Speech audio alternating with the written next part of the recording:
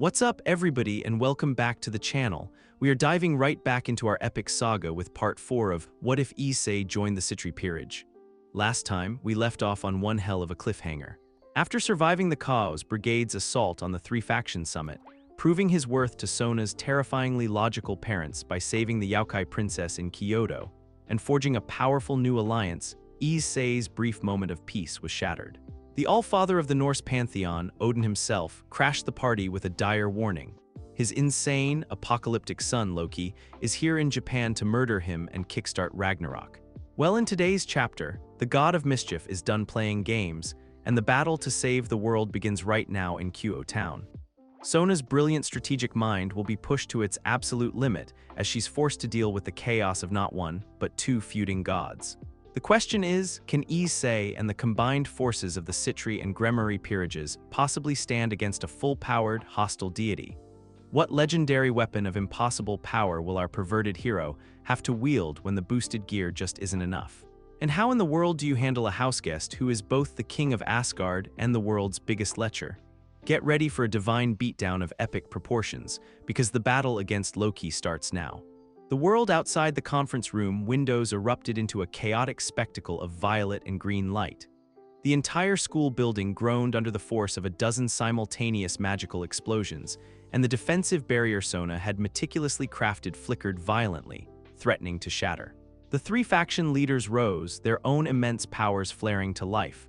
But before they could act, Surzech Lucifer turned his gaze to the youngest devil in the room. "Commander Citri," he said, his voice calm amidst the chaos. "Your defense, it was the ultimate test, the ultimate show of faith in her ability." Sona didn't waste a second. Her eyes glowed with a faint blue light as she tapped into her peerage-wide communication network, her mind becoming the central processor for the entire battlefield. "All units, this is not a drill. Execute defensive protocol Sigma-7, her voice commanded, sharp and clear in the ear of every devil on the grounds. "Rias, Akano, your team will reinforce the northern barrier. It is taking the most punishment. Kiba, Zenovia, you are my frontline assault team at the west gate. Intercept and destroy all ground-based hostiles. Tsubaki, coordinate all inner perimeter defenses. Go now." The response was immediate. The combined forces of the Citri and Gremory peerages, a single, integrated army forged in Sona's training, moved with breathtaking speed and precision. There was no panic, only the swift execution of a plan that had been designed for this exact, catastrophic scenario. The attackers were not a mindless horde. Squads of magicians in dark robes moved in terrifying sync, chanting powerful, destructive spells. Hulking beastmen and rogue devils, all bearing the same insignia of a serpent eating its own tail, assaulted the barrier with coordinated brute force.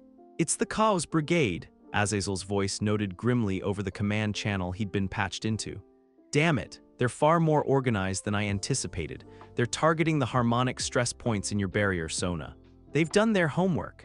Sona's only reply was another string of flawless commands. On the west flank, Kiba and Zenovia became a whirlwind of steel. A boy who created demonic swords and a girl who once wielded a holy one, now fighting back-to-back, a seamless and deadly fusion of speed and power. "Who would have thought," Kiba panted, parrying a blow as Zenovia decapitated the monster attacking him. "Less talking, more killing," Zenovia grunted back, but a phantom of a smile touched her lips. Issei stood guard outside the conference room, listening to the cacophony of the battle raging outside. He felt a desperate urge to be out there, to be fighting alongside his friends. "This is an insult," D-Drake roared in his head. "A dragon does not stand guard, a dragon is the vanguard. Let me out, partner." "Not yet," Issei muttered, his eyes fixed on the empty hallway before him. Sona's final order to him had been absolute. "Issei, the battle outside is a distraction. I am 97.4% certain their primary objective is assassination. You are the final firewall. Do not let a single enemy combatant reach the leaders. That is your absolute priority." The building shook again, more violently this time. Plaster rained from the ceiling. And then, the air at the far end of the hallway shimmered, distorted, and tore open. A figure stepped through the spatial rift, bypassing the entire external war zone. He was a tall man in an elegant, dark purple coat, his face obscured by a silver mask. He radiated an aura of ancient, esoteric magic, far more refined and dangerous than the brute force being used outside. The magician general looked down the hall, saw Issei standing there alone, and let out a small, condescending laugh. A single pawn left to guard the kings, the man's voice echoed, dripping with contempt. How quaint. Step aside, boy, and you might live. My business is not with you. Issei planted his feet, the floor groaning slightly under his weight. With a flash of emerald light, the boosted gear blazed to life on his arm. The familiar, comforting hum of its power filled the hallway. Boost. The single, booming word echoed like a gong, a declaration of intent. Issei settled into the low, powerful fighting stance Tsubaki had beaten into his muscle memory. President's orders, Issei said, his voice low and steady, all his earlier nervousness gone, replaced by a cold, hard resolve. Nobody gets past me. The magician sighed, a flicker of annoyance in his posture. So be it then, I suppose I have time for a brief warm-up. He raised a hand, and the air around him began to crackle with terrifying, world-bending power. The one-on-one fight for the future of the Alliance was about to begin. The magician didn't bother with monologues. He raised a hand, and the very geometry of the hallway twisted. The floor seemed to ripple, the walls stretching and contracting like a breathing lung. It was a disorienting, nauseating assault on the senses, designed to break an opponent's focus before the first blow was even struck. Issei grit his teeth, the solid weight of the boosted gear on his arm the only constant in a world gone mad. He planted his feet just as Tsubaki had taught him. Find your center. The world can lie, your body cannot. Boost, he fired a dragon shot, a straight, powerful blast of crimson energy. But the magician simply flicked his wrist, and a shimmering portal opened in the air. The dragon shot vanished into it, and a second portal opened in the ceiling directly above Issei. His own attack came raining back down on him. He threw himself to the side, the blast gouging a deep crater where he'd just been standing. Brute force is the tool of a simple mind, the magician mocked, his voice echoing from multiple directions at once. And you, little dragon, have a very simple mind indeed. Chains of purple magical energy erupted from the walls and floor, wrapping around Issei's limbs and torso, pinning him. They tightened, crackling with a power that began to drain his stamina. Partner, this is not a brawl, it's a puzzle, DxD roared in his head. Stop trying to punch it and start trying to solve it. Solve it. How was he supposed to solve this? He was trapped, and the magician was already forming a new, far more lethal-looking spear of dark energy. He struggled against the chains, but they were too strong. They were like clothing wrapped around him, constricting clothing. A desperate, insane idea sparked in his mind. It was stupid. It was ridiculous. It was probably the dumbest thing he'd ever tried. Weaponize it, Hyodo-kun. Sona's voice from his training echoed in his memory. He stopped struggling and focused, not on power, but on the strange, perverted nature of his own unique ability. He poured his energy into the concept of shattering the things that were binding him. Dress break, he bellowed. For a moment, nothing happened. Then the purple magical chains, a construct of pure energy, flickered, destabilized, and shattered into a million particles of harmless light. The magician stood in stunned silence. What in the name of the abyss was that ridiculous power? That was the only opening Issei needed. He didn't give the magician time to recover. He boosted not his power but his speed, channeling the draconic energy into his legs. He shot down the hallway, the floor cracking under the force of his launch. He landed a single, devastating, gauntleted punch squarely in the center of the magician's silver mask. The mask cracked and shattered, revealing a pale, shocked face with a trickle of blood running from its lips. Issei had landed a solid hit. The magician's shock quickly turned to pure, murderous rage. "You insignificant worm," he shrieked, his voice losing all its elegant composure. "If I cannot have the heads of the kings, then I will take this entire cursed building with me to hell." He began to gather a terrifying amount of energy, his body becoming an unstable core of pure destructive magic. It was a suicide attack designed to vaporize everything in a 100-meter radius. Issei braced himself, knowing he couldn't possibly stop it. Now, mister. That's no way to behave at my little sister's party." A cheerful, sing-song voice echoed from nowhere. A flash of pink and blue light filled the hallway. The Chaos Brigade magician, his face a mask of apocalyptic fury, was suddenly and completely encased in a massive block of ice. An ice block shaped impossibly like a magical girl's star-tipped wand. Seraphal Leviathan, in her full, frilly magical girl outfit, landed gracefully between Issei and the frozen magician, striking a perfect victory pose. "No blowing up the school," she chirped, wagging a finger. "That's against the rules." She tapped the massive block of ice with her sparkly wand. "And you lose." The ice and the magician within it simply crumbled into a fine, glittering dust that faded away into nothing. She had just effortlessly erased an enemy that had pushed Issei to his absolute limit. Her serious, Satan-class demeanor vanished in an instant as she spun around to face Issei, her eyes turning into big, sparkling stars. "Ooh, you're the little dragon. Sonatan's reports didn't do you justice. You were so brave, fighting all by yourself." She rushed over, her frilly dress swishing around her. "But you're all scuffed up, poor thing. Don't you worry, Siratan will make it all better." Before he could protest, she began to pat him down with her hands, which were radiating a sparkly, freezing cold magic. It healed his wounds instantly, but it was also ticklish and so cold it made his teeth chatter. His calm, which had been silent, crackled to life. Sona's voice, strained and filled with a new kind of terror, came through. "Issei, what is your status?" I detected a massive energy spike and then the presence of a Satan. Seraphal plucked the calm from Issei's ear with a giggle, holding it up to her own mouth. "Don't worry, Sonatan," she chirped. "Big Sis took care of the big meanie, and I'm just making sure your brave little dragon is all patched up. He's just so adorable and heroic." Issei could practically feel Sona's soul-crushing, mortified groan through the device. The battle for the summit was still raging outside, but for Issei, the immediate danger had passed, replaced by a new, far more absurd and socially terrifying kind of threat. Just as Seraphal Leviathan was enthusiastically dusting imaginary glitter from Issei's shoulder, the doors to the conference room slid open. Surzech Lucifer, Michael the Archangel, and Azazel the fallen angel governor stepped out into the hallway. They took in the bizarre scene before them. The battered but very much alive Red Dragon Emperor, the lingering scent of ozone and ice, and a fellow Great Satan acting like a hyperactive fangirl, without batting an eye. "Seraphal," Azazel said, a wry grin playing on his lips, "you always did have a flair for the dramatic entrance." "Of course," she chirped, striking a pose. "A magical girl always arrives in the nick of time to punish evil. It's like the #1 rule." Sona's voice cut through the strange reunion, her tone crisp and all business over the comms network. "The external assault has been neutralized. Hostile forces are in a full, disorganized retreat. We have sustained 0 casualties and have captured 3 enemy magicians for interrogation. The perimeter is secure." The leader's expressions turned grim. The immediate danger to them was over, but the implications of the attack were staggering. "They were bolder than we could have ever anticipated," Michael said, his serene face troubled. "To attack this summit directly, it is a declaration of total war. It's a play from the old Satan faction's book, but with more coordination," Surzech noted, his calm demeanor hardening. "They aim to decapitate the leadership of all 3 factions in a single stroke." "Stupid, but bold," Azazel added, stroking his chin. "The Chaos Brigade doesn't care about the old rules. They want to throw the whole world into chaos just to see what happens. This proves we can no longer afford to be reactive."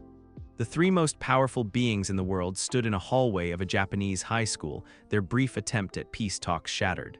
The summit's purpose had fundamentally shifted. It was no longer a question of if they should form an alliance, but of how their new alliance would strike back. Surzech turned his gaze to Issei, and the gratitude in his eyes was genuine. "You held the line, Issei Hyodo. You faced a powerful commander alone and protected us all. You have proven yourself to be not just powerful, but dependable. We are all in your debt." Michael offered a serene nod of thanks while Azazel just grinned. "See, told you the kid had guts. A dragon doesn't just have scales, it has a spine." Back in the conference room, the atmosphere was different. The cautious diplomacy was gone, replaced by the grim determination of a war council. With the immediate threat dealt with, they formalized the alliance with a speed born of necessity. The 3 factions were now, for the first time in history, united against a common enemy. As the delegations prepared to depart, their mission accomplished, Seraphal launched her final, chaotic salvo. She zipped over to Sona, pulling her into a rib-crushing hug that made the stoic heiress go rigid with embarrassment. "You were so cool, Sonatan, a real commander." Then she spun around and pointed her sparkly wand at Issei, winking. "And you," she declared, "my little sister's brave little dragon needs to be kept safe. This was way too dangerous, so I've decided I'm going to be checking in on you too. A lot. We can have sleepovers and study sessions and practice our magical girl poses. It'll be so much fun. Yay." Sona looked like she wanted the floor to open up and swallow her whole. The great leaders departed, leaving Q Academy in a strange, ringing silence. The combined peerages, exhausted and battered, stood victorious on their home turf. Issei had survived. He had held the line and earned the respect of gods and kings. And now, he was also the official pet project of the bubbliest, most terrifyingly powerful magical girl Satan in existence. He could already feel the migraine forming. The battle had been won, but he had a sinking feeling that surviving Seraphal Leviathan's protection was going to be a war all its own. The silence after the Satans and the Archangel departed was heavier than the battle that had preceded it. The combined Gremory and Citri peerages stood in the wreckage of their school, surrounded by the scorch marks and craters that were the Chaos Brigade's calling card. They were exhausted, battered, but they were victorious. The cleanup began without a word. Asia was a beacon of calm efficiency, her gentle green light of twilight healing moving from one injured devil to the next, mending cuts and soothing strained muscles. Her presence was a quiet, undeniable miracle in the aftermath of so much violence. A new camaraderie, forged in the crucible of a shared, desperate battle, had settled between the two peerages. Kiba found himself discussing sword stances with Zenobia, the two of them finding a common language in the art of the blade that transcended the boundaries of devil and former exorcist. Koneko, in a rare display of generosity, silently offered a weary Sagi a piece of her prized chocolate, which he accepted with a grateful, exhausted nod. The old rivalries felt petty now, childish.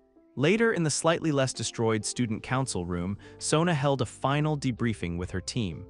"Operation Guardian Spire is complete," she announced, her voice resonating with a weary finality.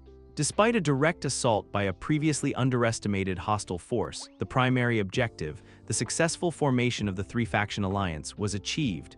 Therefore, the mission is classified as a strategic success. Her eyes swept over her peerage, lingering for a moment on each of them. "Your performance was exemplary. You executed a complex, multivariable defensive strategy with a 98% success rate. Be proud of your work." After she had dismissed the others, she asked Issei to stay behind. The analytical light in her eyes was softer than usual, replaced by something that looked almost like concern. "Vali Lucifer," she said, the name a heavy weight in the quiet room. "The White Dragon Emperor. This rivalry is now your burden to bear, Issei. It is a fate you cannot escape, but you will not face it alone. We will prepare you for it." It wasn't a promise of victory, it was a statement of fact. A declaration of unwavering, logical support that to Issei meant more than any passionate vow. He found Rias outside, helping her own peerage members clear a massive piece of rubble from the track field.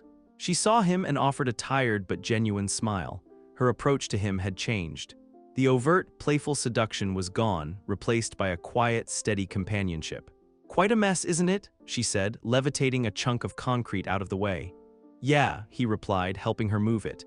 "You were incredible, you know," she said, looking at him, her eyes clear and serious. "What I said back at the party, it's still true. But I also understand now. You have a duty and now you have a rival. A true king supports her champion, Issei. When you're ready to face Vali, I won't be a distraction. I'll be the sword at your side." That night, Issei lay in his bed, staring at the ceiling, the day's events replaying in his mind. His world had irrevocably expanded. His goals, which had once been so simple, survive, get a harem, now seemed laughably small. He had a new purpose, a new, terrifyingly clear objective. The boosted gear materialized on his arm, its green jewel glowing softly in the dark. "DxD," he whispered. "I'm here, partner," the dragon's voice replied, uncharacteristically subdued. "That bastard Albion, the host he is now, is the most powerful in history. He has mastered the balance breaker and can even access the juggernaut drive without losing his sanity. He is a true monster." "Can I beat him?" Issei asked. There was a long pause. "The path ahead will be grueling. It will require more power than you can possibly imagine. To face him, you can't just be good. You must become the single strongest Red Dragon Emperor in the history of our line." A fire ignited in Issei's chest, burning away his exhaustion, his fear. It was a pure, simple, and absolute resolve. The scene shifted. Issei stood alone in the stark, white void of the Citri training dimension. He faced a featureless training dummy, his expression one of grim determination. He raised his arm, the crimson gauntlet blazing to life. "DxD," he said, his voice ringing with a newfound power. "Let's get to work." Boost. The sound echoed in the empty chamber, the first step on a long, brutal, and necessary road.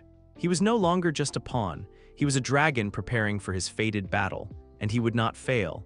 The weeks following the summit attack were the most grueling of Issei's life. His world shrank to the stark white confines of the training dimension. His new goal, to surpass Vali, was a mountain of impossible height, and his daily routine was the slow, agonizing, inch-by-inch climb.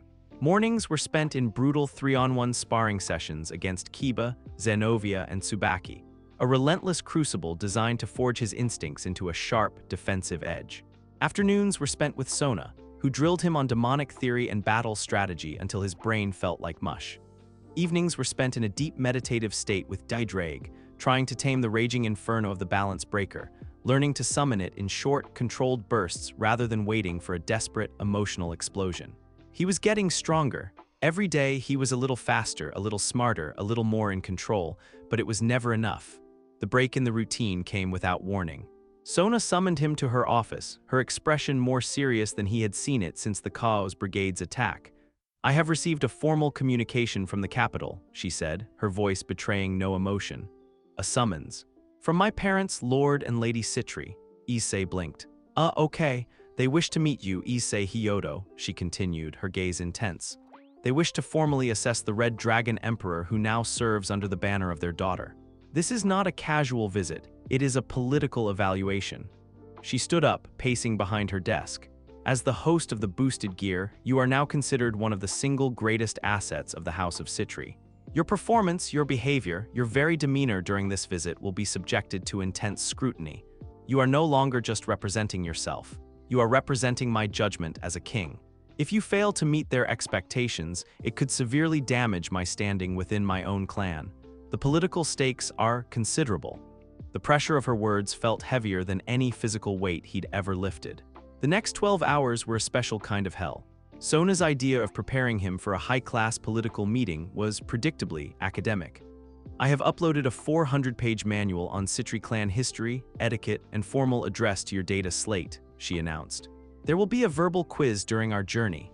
Tsubaki was in charge of the practical exam. "No, Hyodo-kun, you bow from the waist. A clean, precise 45-degree angle. You are bowing like a confused flamingo." Again, he spilled tea. He used the wrong fork during a simulated dinner. He accidentally referred to Lord Citri as dude. It was a disaster. By the time they stood on the teleportation platform, just Issei, Sona, and Tsubaki, he was more nervous than he had been facing down Cockabeel. The world dissolved and reformed. The warm, familiar air of the human world was replaced by a sharp, clean chill that tasted of fresh ice and ancient magic. They had arrived in the Citri domain. It was breathtaking. It was the complete opposite of the Gremmary's fiery, passionate territory. Crystalline towers, perfectly symmetrical, pierced a sky of soft, twilight blue. Water flowed in silent, geometrically perfect canals, and waterfalls were frozen mid-cascade into stunning sculptures of ice. It was a world of profound, silent, and intimidating beauty. It was Sona's personality, rendered in physical form. They materialized before a palace carved from a single, massive glacier, its gates shimmering with a cold, blue light. Waiting for them at the entrance were two figures radiating an aura of immense power and cool, regal authority. Lord and Lady Citri, Issei presumed, their analytical gazes already dissecting him. And then a third figure burst out from behind them, a whirlwind of sparkles and unrestrained glee. "Sonatan, you're finally home," Seraphal Leviathan squealed, looking utterly ridiculous and utterly terrifying in her full magical girl attire. Her eyes, wide and sparkling, immediately found Issei. "And you brought your Dragon Boy toy for show and tell. Why? Issei felt a single bead of sweat trace a cold path down his spine. He stood before his master's terrifyingly powerful and severe-looking parents, with her insane, even more powerful older sister acting like he was the hot new collectible action figure. The physical battles had been hard. The mental training had been grueling. But this was going to be the death of him.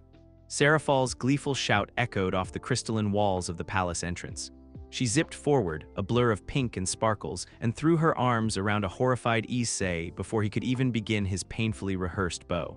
"You're so much bigger than in the video logs, and you have such a strong draconic aura. It makes my magical girl senses all tingly," she squealed, snuggling her cheek against his chest. Behind her, her parents remained utterly still, their expressions as impassive and cold as the glacier from which their palace was carved. Lord Citri was tall and severe, his demonic power a quiet, crushing pressure. Lady Citri was elegant and beautiful, but her eyes were not warm. They were the eyes of a master strategist, assessing every detail of Issei's posture, his expression, his very soul. Flustered and rapidly losing oxygen, Issei managed to extract himself from the Satan's embrace. He remembered Tsubaki's voice in his head, 45-degree angle, back straight, eyes down, and executed the bow. It was stiff, awkward, but technically correct. Lord and Lady Citri, he managed, his voice steadier than he felt. It is an honor to be received. The honor is a consequence of your title, Red Dragon Emperor, not your person, Lord Citri replied, his voice a low, rumbling monotone. That is a distinction you would do well to remember. Come, the preliminary assessment will take place in my study. The study was as cold and minimalist as the rest of the palace. There was no warmth, no personal touch, only function.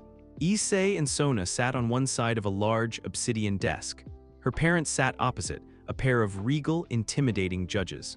Serafal plopped down on a nearby chaise lounge, already unwrapping a lollipop. The interrogation began without preamble. It wasn't a conversation, it was a verbal exam, and Issei was the only student. What is your personal assessment of the boosted gear's primary strategic weakness? Lord Citri asked, his fingers steepled. Issei swallowed. The 10-second charge time. It leaves the user vulnerable between boosts, and it's a massive drain on stamina. It's not built for long fights. Acceptable, Lady Citri chimed in, her voice like the tinkling of ice. Explain the tactical reasoning behind your decision to inform my daughter of your hypothesis regarding Cockabeel's plan, rather than acting on that intelligence yourself. I'm a pawn, a frontline fighter, Issei answered, the lessons from Sona's drills coming to the front of his mind. She's the king, the commander. Acting alone would have been an inefficient use of our assets and a breach of the chain of command. Her job is to see the whole board. My job is to take the pieces she tells me to. His answer was honest, blending his own straightforward worldview with the strategic language Sona had beaten into him. What are your long-term goals and ambitions? Lord Citri pressed. Issei opened his mouth to give a practiced answer about getting stronger, but Serafal beat him to it. Ooh, I know this one, she chirped, waving her lollipop. He wants to get super-duper strong to protect my Sonatan, then he wants to marry her and have lots of cute, powerful little dragon devil babies. I've already started knitting a bib for their firstborn. His name will be Levi-chan. A vein throbbed in Sona's temple. Issei's entire face went supernova red. Her parents, however, showed no reaction at all, simply filing the chaotic, embarrassing outburst away as another piece of relevant data. After an hour of this grueling mental examination, Lord Citri stood up. This concludes the preliminary verbal assessment. Your performance has been noted and will be analyzed. A full report will be compiled. It was the most terrifyingly non-committal verdict Issei had ever heard. Later, in the guest quarters he'd been assigned, Issei paced the floor, his nerves shot. I totally screwed that up, didn't I? The flamingo bow, the dude comment I almost made, the dragon devil babies. The door slid open and Sona entered, her own expression carefully neutral. You were nervous and at times socially inept, she stated. So I failed? No, she said, and the single word was a massive weight off his chest. You answered their questions with honesty and an unexpected degree of strategic insight. My parents value verifiable data above all else. You provided it, your performance was acceptable. Coming from Sona, acceptable felt like a goddamn trophy. He could see the faint trace of relief in her own eyes, and he realized she had been just as nervous as he was. Their moment of quiet relief was interrupted by a summons. They were called back to the main hall, where Lord Citri stood waiting. The verbal assessment is only the first phase, he announced, his voice echoing in the vast, icy chamber. A true asset of the House of Citri must be more than just a powerful warrior or a competent subordinate. They must be able to represent the interests of the clan on a political stage. He looked directly at Issei, his gaze sharp enough to cut diamond. Tomorrow morning, you will travel to the human world, to Kyoto. You will conduct a diplomatic simulation. We have arranged a preliminary meeting for you with the representatives of the local Yaokai faction. You will be acting as the primary envoy of the House of Citri. Issei's blood ran cold. Politics, diplomacy, him, Lord Citri's final words sealed his fate. Your ability to function as a capable representative is a key performance metric. Do not fail.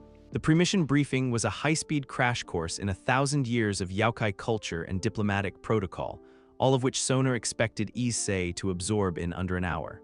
You are the primary envoy, Issei, Sona stated, adjusting the lapels on the formal dark suit they'd put him in.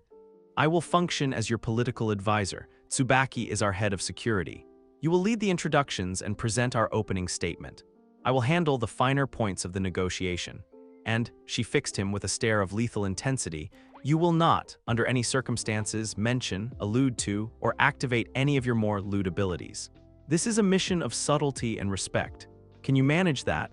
Yes, President, Issei squeaked, feeling more like he was about to take a final exam he hadn't studied for than act as a diplomat for a great devil house.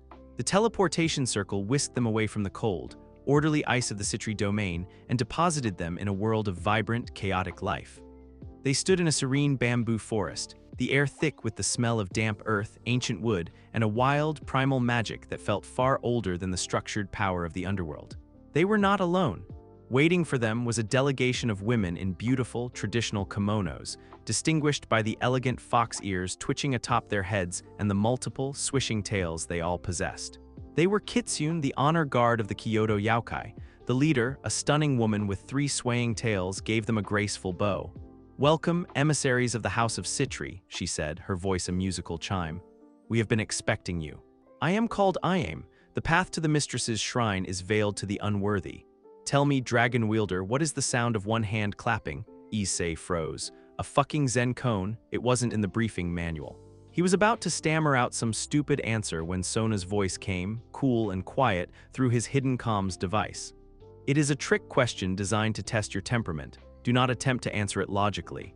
Show humility and respect for their traditions." Issei bowed deeply, a perfect 45-degree angle that would have made Tsubaki proud. "A foolish devil such as myself is not wise enough to ponder such profound questions," he said, repeating the line Sona had just fed him. "I can only hope that you might one day enlighten me." Iame's eyes crinkled in a foxy, amused smile. She had expected arrogance from the host of the Red Dragon Emperor. His respectful, humble response was an unexpected and pleasant surprise. "A wise answer, you may pass." She led them through the forest to a grand, ancient shrine, its wooden beams radiating a quiet, sacred power. Inside, seated on a raised platform, was the leader of the Kyoto Yokai. She was a woman of impossible, ethereal beauty, with 9 magnificent golden tails fanned out behind her and wise, ancient eyes that seemed to see right through him. This was Yasaka, a being whose power was on par with that of a Satan. Hiding shyly behind her was a small, adorable Kitsune girl with a single tail, peeking out at the visitors with wide, curious eyes. Issei, Sona, and Tsubaki all bowed deeply. Yasaka returned the gesture with a regal nod, her gaze lingering on Issei with a mixture of curiosity and pure, undisguised assessment of his power. She could feel the sleeping dragon coiled within his soul. She smiled, a beautiful and enigmatic expression that held 1,000 years of secrets. "So," she said, her voice like silk and wind chimes, "you are the new dragon who serves the Ice Princess. A most unusual alliance." She gestured to the small girl at her side. "My daughter Kanu has been so very eager to meet a real, living dragon, she has been quite taken with the stories." The young Kitsune Kanu finally stepped out from behind her mother, her golden eyes wide with a mixture of awe and excitement as she stared at Issei. Issei was now face to face with one of the most powerful neutral leaders in the world, and her incredibly cute daughter was looking at him like he was the coolest thing she had ever seen. The diplomatic test had just taken a very personal and disarmingly charming turn. The formal negotiations began. Sona, a silent specter at Issei's shoulder, fed him lines through the comms device, and he dutifully recited them. He spoke of mutual prosperity, of regional stability, of a united front against the rising tide of chaos. Yasaka listened with a polite, enigmatic smile, her 9 tails swaying gently behind her. She was an ancient and powerful being. She had heard 1,000 such proposals. She was not a leader who was moved by carefully constructed sentences. She was moved by character, and the real test had not yet begun. The tense, formal atmosphere was shattered by a tug on Issei's sleeve. He looked down to see the young Kitsune princess, Kanu, staring up at him with wide, curious eyes. "Are you really a dragon?" she asked, her childish voice cutting through the stuffy diplomacy. "Can you show me, please? Can you breathe fire? Are your wings super cool?" Issei froze, his diplomatic script instantly forgotten. He was on the spot with a Satan's parents and now a Yokai leader watching his every move. Sona was about to intervene, to steer the conversation back to the approved talking points, but Yasaka held up a slender hand, a silent command to let the scene play out. A small, knowing smile touched her lips. Looking at the eager, hopeful face of the little girl, Issei's nervousness melted away. He knelt down to her level. "Well, I'm part dragon," he said with a conspiratorial whisper. The fire-breathing part is still a work in progress, but I can show you my wings if you want. With a soft whoosh, he manifested his black, draconic devil wings. Kanu gasped, her eyes sparkling. She reached out a hesitant finger and poked the leathery membrane. "Whoa, they're so cool," she giggled. The interaction told Yasaka more about the Red Dragon Emperor's character than an hour of political posturing. He wasn't arrogant. He wasn't condescending. He was kind. Suddenly, a series of sharp, piercing chimes, the shrine's intruder alarms, shrieked through the air. The serene atmosphere was instantly replaced by one of violence. A squad of figures in dark, obscuring robes, their faces hidden by porcelain masks, burst into the main hall from multiple directions, hurling smoke bombs and enchanted chains designed to suppress Yaokai energy.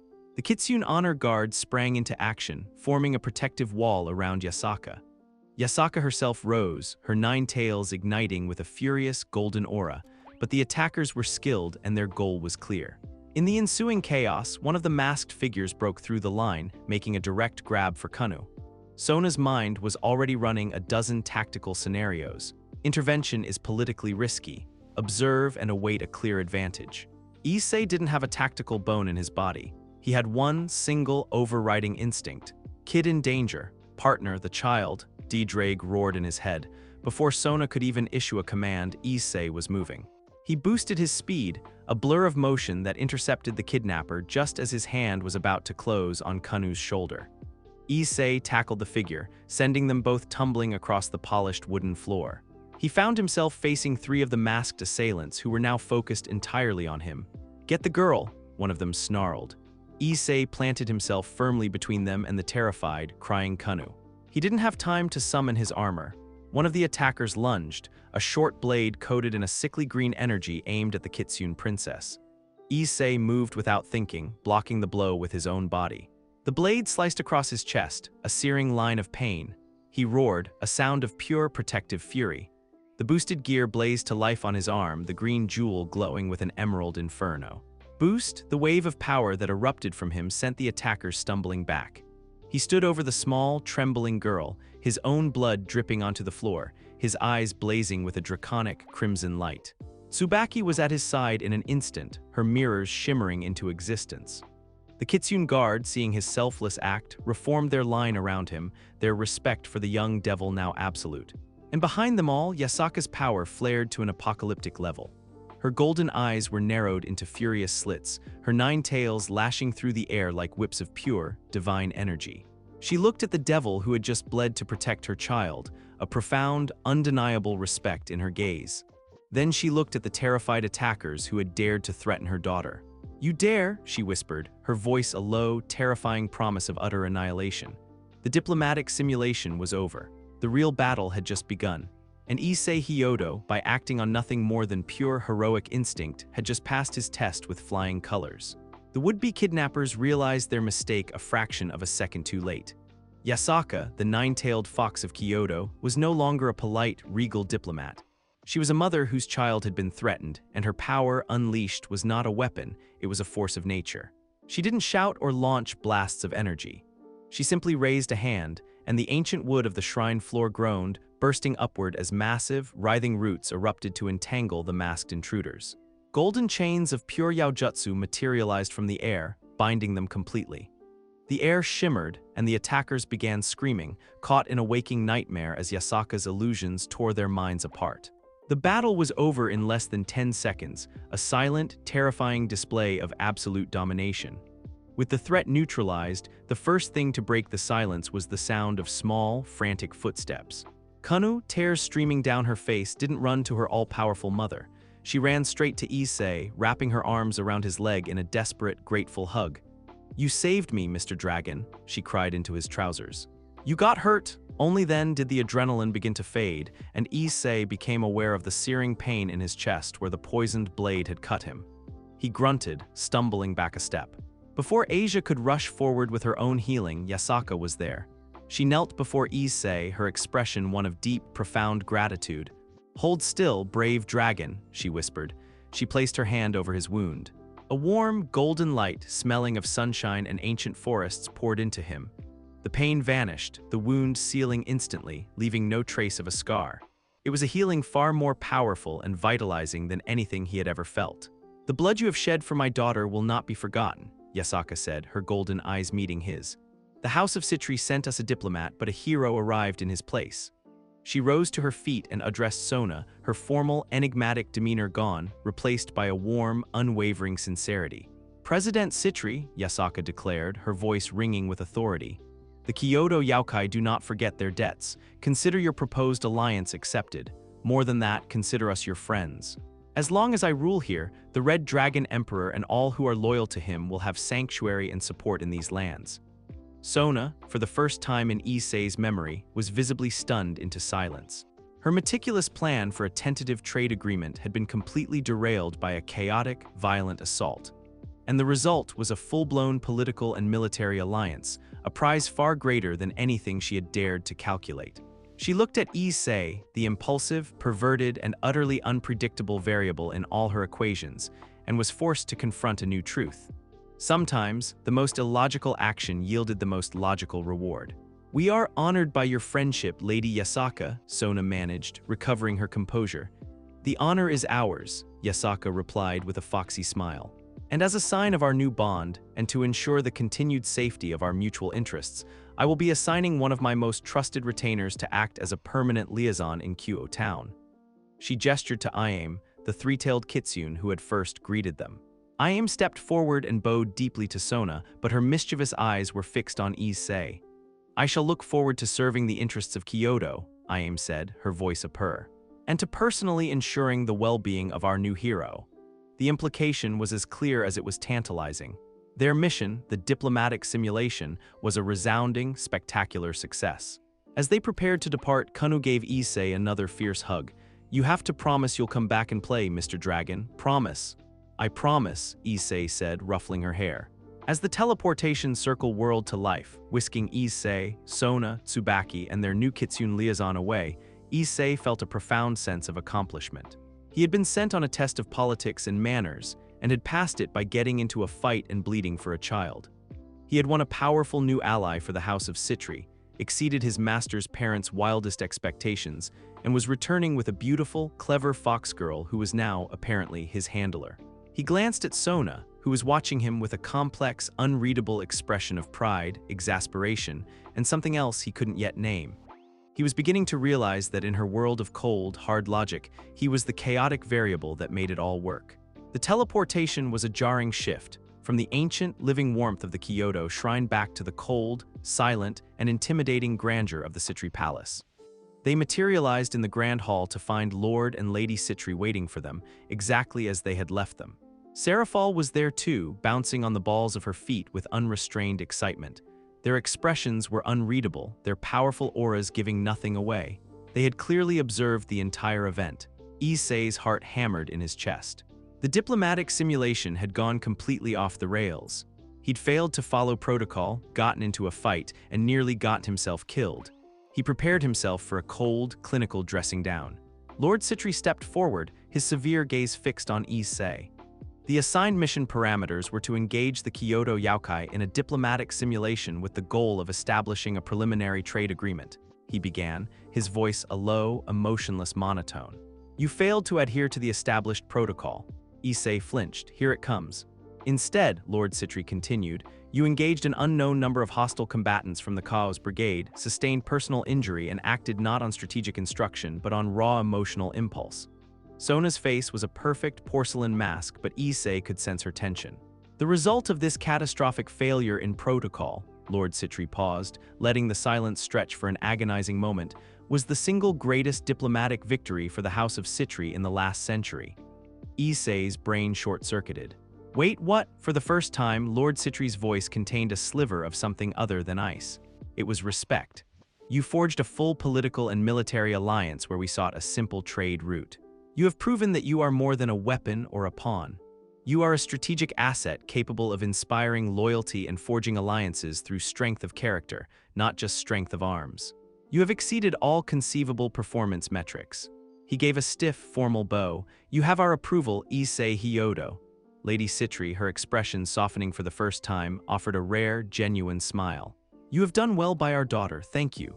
Why? Seraphal shrieked, exploding in a shower of glitter and tackling Issei in a hug. Dragon Boy passed with flying COLORS, I knew he could do it. Group hug time! As Issei was being smothered by the magical girl Satan, he caught Sona's eye. The relief on her face was profound. Her choice, her belief in him, had been vindicated in the eyes of her demanding parents. She gave him a small, almost imperceptible nod, but it was filled with more pride and gratitude than 1,000 flowery speeches. Back in the human world, life settled into a new, even stranger normal. Harem, the beautiful and mischievous Kitsune liaison, became a fixture in the student council room. She immediately established a playful rivalry with Tsubaki over who could better anticipate Sona's needs, and an even more playful, flirtatious one with Issei. Rias, of course, noticed immediately. She cornered Issei after school, a competitive fire in her eyes. My, Issei-kun, she purred, looking him up and down. A fox spirit, a former nun, a holy sword wielder turned devil, you certainly do collect the most interesting women. A girl could get jealous. I'll have to work even harder to keep your attention, won't I? That evening, Issei stood on the school roof, looking out at the city lights, trying to process how much his life had changed. He was no longer just a perverted idiot who stumbled into a new world. He had allies, he had respect, he had a purpose. It's a lot to take in, isn't it? He turned to see Sona standing beside him, her usual professional guard seemingly lowered in the quiet of the night. Yeah, he admitted. A few months ago, all I wanted was to touch a pair of boobs. Now, I've got Satans on my friends list and a fated rivalry with the other heavenly dragon. She was quiet for a moment, her gaze soft in the moonlight. You have exceeded every expectation I ever had for you, Issei. When I reincarnated you, I saw a strategic asset, a pawn with potential. She turned to face him, her violet eyes serious and sincere. I was wrong. You are far more than that. She took a small, hesitant step closer. I am proud of you, Issei. The words, spoken with such quiet, unvarnished sincerity from the most logical, emotionally reserved person he had ever met, hit him with the force of a physical blow. They were, perhaps, the three most meaningful words he had ever heard. He had her approval. He had her respect. And looking at the expression on her face, the warmth that had finally broken through her icy composure, he was beginning to realize he had her heart too. The road to facing Vali was still impossibly long, but standing here, with his master, his partner, at his side, he felt for the first time that it was a road he could actually walk. The peace that followed Issei's trial in the Citri domain was a welcome, if deceptive, calm. His days settled into a new, grueling rhythm of purpose. His relationship with Sona had deepened into a quiet, unspoken partnership. She would push him to his absolute limits in training, and then they would spend their evenings in the student council room, poring over strategy texts in a comfortable silence, a silent understanding passing between them. The rest of his life was a chaotic but happy juggling act. Zenobia had become his most relentless sparring partner, her blunt honesty a refreshing, if painful, reality check. Harem, the mischievous Kitsune liaison, took great pleasure in teasing him relentlessly. Her flirtations a constant source of embarrassment for Issei and quiet annoyance for Sona and Tsubaki. Rias, true to her word, pursued him not as a king, but as a romantic rival, her charm and warmth a stark, tempting contrast to Sona's cool logic. His life was complicated, exhausting, and for the first time truly his own. The calm was shattered by the arrival of a new, unfamiliar magic. A complex, runic circle, shimmering with a cold, northern light, materialized in the center of their training dimension. From it stepped a beautiful woman with long, silver hair, dressed in a Valkyrie's armor, her expression fraught with anxiety. I seek the representatives of the three-faction alliance in this territory, she announced, her voice ringing with authority. I am Rosways, shield maiden and bodyguard to the Allfather, Odin. Minutes later, she was in the student council room, explaining the dire situation to Sona, Rias, and their peerages. Lord Odin is currently on a diplomatic tour of Japan to observe the spirit of your new alliance, Rosways explained, her hands clenched. But there is a threat. The god of mischief, Loki, has escaped his confinement in Asgard. He is vehemently opposed to the alliance and believes it will lead to the cancellation of Ragnarok, the final, glorious battle of our people. He intends to assassinate Lord Odin to plunge our pantheon into chaos and force the coming of the twilight of the gods. Sona's face was grim. The assassination of a major deity on their watch would not just be a disaster, it would be an act of war. And you believe he will strike here? Lord Odin is scheduled to arrive in Kyoto in 2 days' time to meet with you, Rosways confirmed. It is the most logical and opportune moment for Loki to attack. Sona's mind was already in motion. Then we will prepare a reception for him. She turned to the assembled devils. This is now a priority one threat. We will be providing security for the leader of the Norse pantheon. I will be drawing up a full defensive strategy. Rias-san, your peerage will handle aerial reconnaissance. Zenobia Kiba, you and Issei will form the primary combat unit. She was in mid-sentence when a second, far more powerful Norse teleportation circle flared to life in the middle of the room. An old man in a traveler's cloak with a wide-brimmed hat that shadowed his face strolled out as if he owned the place. He carried a simple staff and radiated an aura of ancient, immense power. It was Odin. "Roswace, my dear, you worry too much," the old man's voice boomed. "I got bored waiting and decided to come early. Now is this the place? I heard a rumor that the devil girls in Q are the most beautiful in the world." Odin's one good eye scanned the room, completely ignoring the strategic map and the serious faces, and landed squarely on Rias and Akaino. A lecherous, appreciative grin spread across his face. "Ho ho, the rumors did not do you justice," he chortled, striding right up to them. "Such magnificent forms, such powerful auras, a true delight for these old eyes. Tell me, my dears, are you familiar with the ancient Asgardian art of mead sharing?" Roswace's face went pale with mortification. "Lord Odin, forgive me, this is a serious security briefing about the plot to murder you." "Bah. Details, details." Odin waved a dismissive hand, his attention still fixed on Akaino.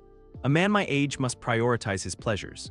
Issei just stared, his mind struggling to reconcile the legendary, all-powerful leader of the Norse gods with the lecherous old man currently trying to get Akaino's phone number.